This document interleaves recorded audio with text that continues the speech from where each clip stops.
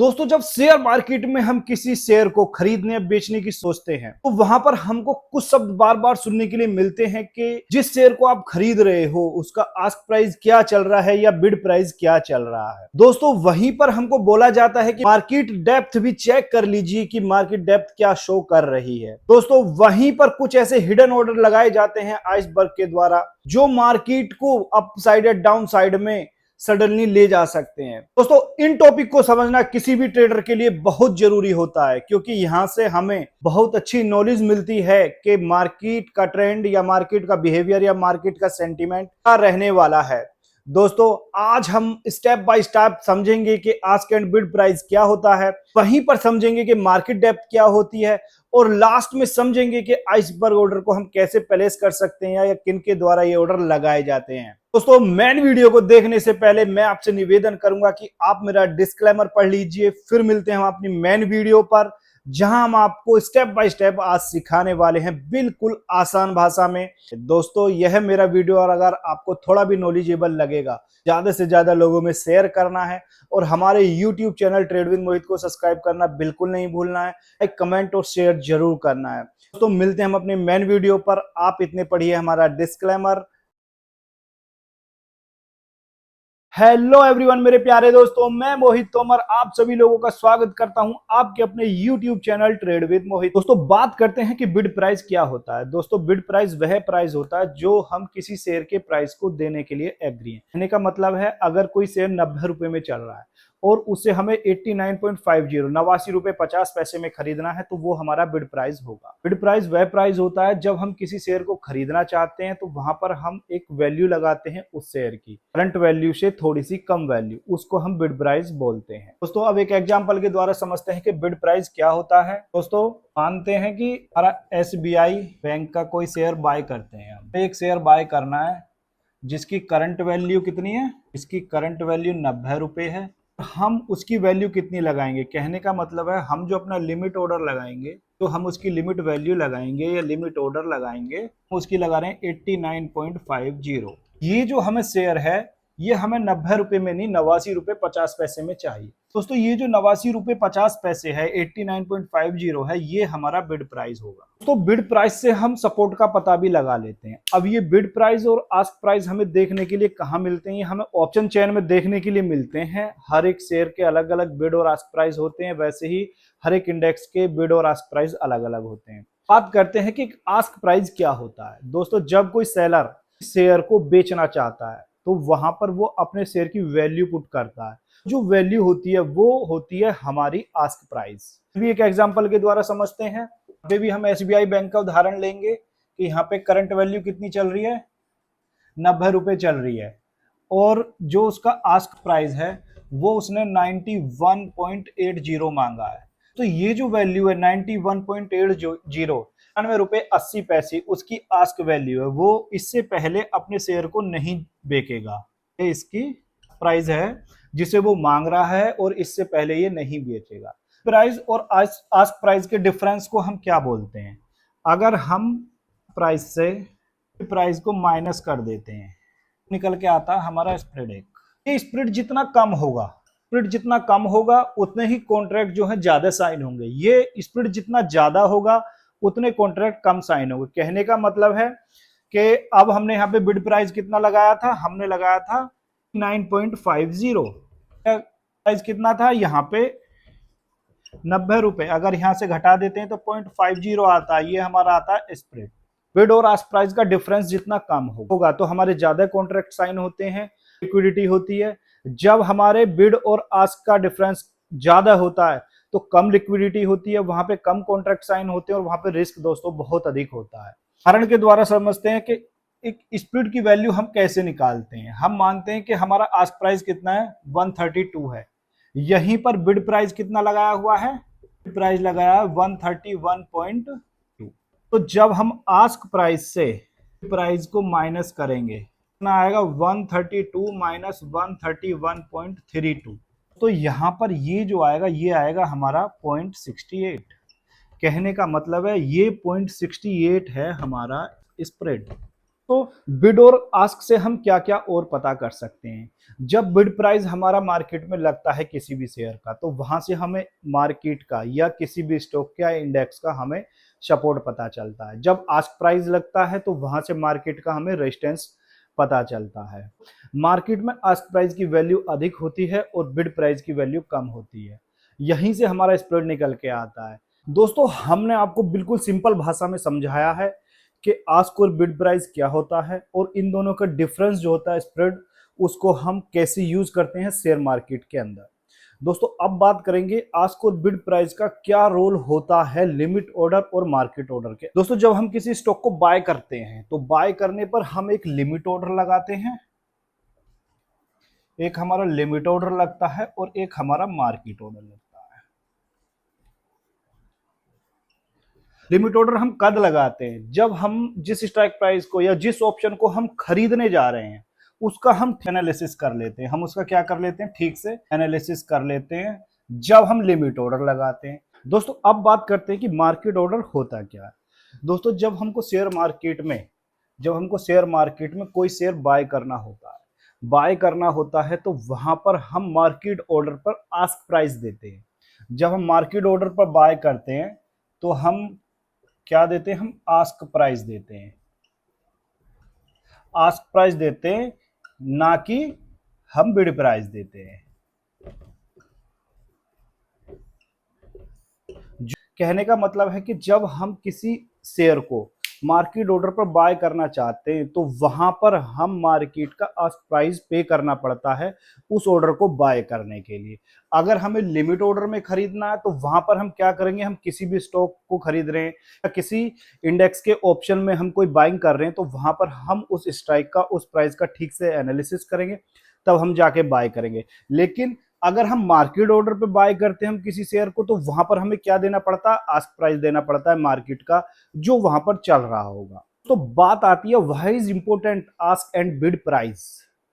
हमारे लिए बिड और आस्क प्राइस इंपॉर्टेंट क्यों है? जो ट्रेडर इंट्राडे प्ले करते हैं, जो ट्रेडर इंट्राडे ट्रेड करना पसंद करते हैं, दूसरा जो स्कैल्पर हैं, के लिए आस्क एंड बिड प्राइस का बहुत बड़ा रोल प्ले करते हैं इसमें। दोस्तों, अगर हम इंट्राडे ट्रेड करते हैं तो इंट्राडे में हमें क्या चाहिए? क्विक एंट्री चाहिए और क्विक एग्जिट चाहिए।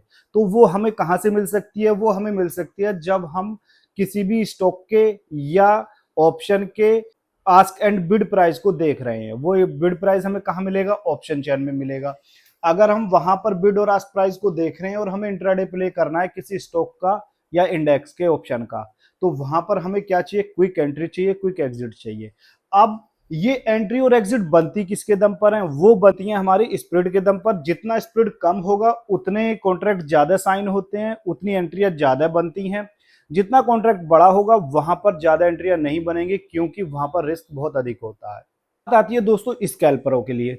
जो ट्रेडर स्कैल्प करते हैं वो छोटे छोटे प्रॉफिट करते हैं। अगर वो छोटे छोटे प्रॉफिट करते हैं तो उनके लिए भी आस्क एंड बिड प्राइस का बहुत महत्व होता है, बहुत मायने रखता है उन लोगों के लिए। और ask and bid price in दो ट्रेडर जो इंट्राडे प्ले करते हैं और जो स्कैल्प करते हैं, इनके लिए ये बहुत महत्वपूर्ण पॉइंट होता है जहां से ये आसानी से अपने ट्रेड फाइंड कर सकते हैं। तो एक हम आस्क एंड बिड प्राइस का डिसएडवांटेज समझेंगे कि इसका डिसएडवांटेज है क्या। अब हम एक डिसएडवांटेज समझते हैं बिड एंड आस्क का, जिसे देखकर हमें कभी ट्रेड नहीं करनी चाहिए। वहां और भी कंफर्मेशन चाहिए ट्रेड करने के लिए। अब बिड एंड आस्क प्राइस के द्वारा क्या करा जाता है? मैनिपुलेशन करा जाता है शेयर मार्केट के अंदर। इसमें करा क्या जाता है? जो ऑपरेटर होते हैं वो फेक बाइंग और सेलिंग ऑर्डर लगाते हैं, जबकि ये अवैध है। शेयर मार्केट के अंदर ऐसा करना अवैध है, लेकिन ये फिर भी करा जाता है बड़े प्लेयरों के द्वारा, बड़े ऑपरेटरों के द्वारा। क्यों जाता है? वो करा जाता है एक रिटेल ट्रेडर या बिगनर ट्रेडर के पैसे को हजम करने के लिए या हड़प करने के लिए। दोस्तों, एक बिगनर या रिटेल ट्रेडर को कभी भी आस्क एंड बिड प्राइस पर निर्भर होकर शेयर मार्केट के अंदर एंट्री नहीं बनानी चाहिए। उसे वहां पर और भी कंफर्मेशन लेने चाहिए, जैसे वॉल्यूम का कंफर्मेशन हो गया, जैसे मार्केट के ट्रेंड का कंफर्मेशन हो गया, जैसे टाइम का कंफर्मेशन हो गया कि टाइम के अकॉर्डिंग जो मैन्युपुलेट करा जा रहा है मार्केट को वो राइट है या रॉन्ग है। यहाँ पर हम मार्केट के सेंटीमेंट से भी कंफर्मेशन ले सकते हैं। दोस्तों अब हम बात करेंगे दूसरे पॉइंट की कि मार्केट डेप्थ का हम कैसे यूज कर सकते हैं, या मार्केट डेप्थ का एक ऑपरेटर कैसे यूज करता है शेयर मार्केट में रिटेल ट्रेडर या बिगिनर ट्रेडर के स्टॉप लॉस को हंट करने के लिए। दोस्तों अब हम बात करेंगे कि मार्केट डेप्थ को हम कैसे समझ सकते हैं शेयर मार्केट के अंदर। दोस्तों जब हम किसी भी कंपनी के शेयर को बाय या सेल करते हैं तो बाय या सेल करने से पहले वहां मार्केट की डेप्थ चेक कर लेनी चाहिए, या उस स्टॉक की डेप्थ को चेक कर लेना चाहिए कि वहां पर कितने बाइंग या सेलिंग ऑर्डर लगे हुए हों। दोस्तों यहाँ पर जो मार्केट डेप्थ का चार्ट मैंने आप लोगों को दिखाया है, यह एक उदाहरण के तौर पर है। हमने मान लिया कि L&T कंपनी है जो 627 रुपये 20 पैसे में करंट में ट्रेड कर रही है। अब वहां पे जो ये ऑर्डर लगे हुए हैं, ये क्या है, हमारे सेल ऑर्डर हैं और ये हमारे बाय ऑर्डर हैं। अब दोस्तों ये सेल ऑर्डर और बाय ऑर्डर को देखकर हम ट्रेड नहीं कर सकते, क्योंकि यह एक लिमिट ऑर्डर है। लिमिट ऑर्डर के साथ में ये रिटेलरों का डाटा है। ये क्या है हमारे, ये भी हमारा लिमिट ऑर्डर लगा हुआ है।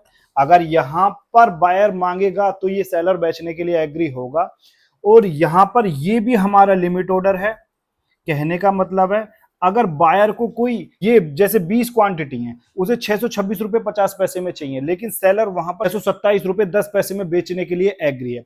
अगर यहीं पे कोई सेलर 626 रुपये 50 पैसे में बेचने के लिए एग्री हो जाएगा तो ये लिमिट ऑर्डर कंफर्म ऑर्डर में चेंज हो जाएगा दोस्तों, और यहां पर वॉल्यूम भी बढ़ जाएगा और ओपन इंटरेस्ट भी बढ़ जाएगा। दोस्तों ये मार्केट डेप्थ जो होती है, इसमें कभी भी ऑपरेटर के डाटा को नहीं दिखाया जाता है। क्यों नहीं दिखाया जाता है? क्योंकि ऑपरेटर या बड़े प्लेयर जो होते हैं वो शेयर मार्केट के अंदर कभी भी हमारी तरह 100 200 या 500 क्वांटिटी बाय नहीं करते हैं।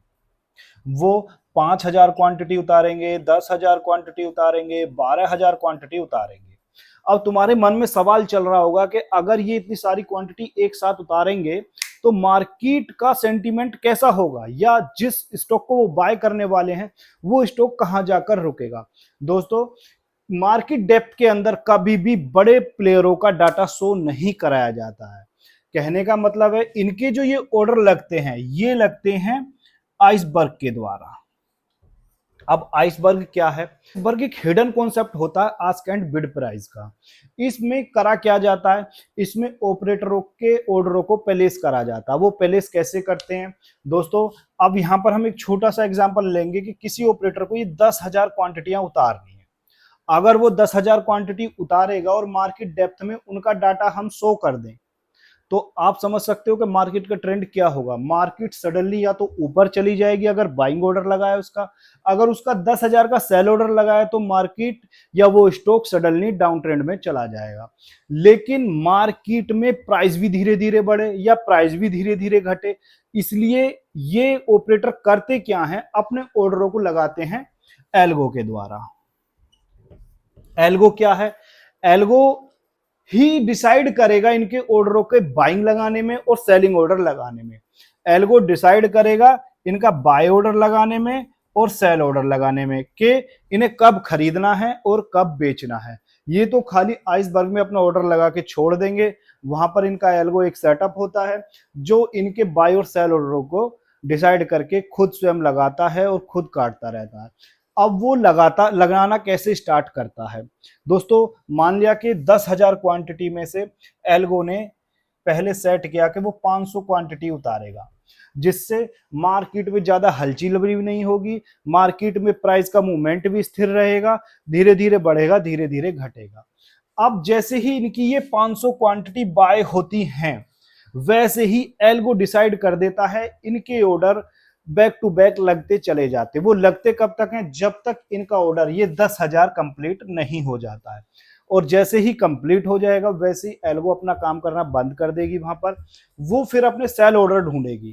कहने का मतलब है अब एल्गो ने जब ये 10,000 क्वांटिटी बाय की है तो इसको सेल भी करना होगा, तो वो फिर सेल ऑर्डर फाइंड करके जो ये बड़े ऑपरेटर हैं उनको प्रॉफिट बुक करा देती है। दोस्तों ये जो डाटा है अब पूरा का पूरा, माना ये जो 755 क्वांटिटी हैं ये हमारी लिमिट क्वांटिटी हैं, ये अभी बाय नहीं हुई हैं, इनका कोई महत्व नहीं है शेयर मार्केट के अंदर। ये जो 410 बाई क्वांटिटी है, ये लिमिट ऑर्डर है, इनका शेयर मार्केट के अंदर कोई महत्व नहीं है।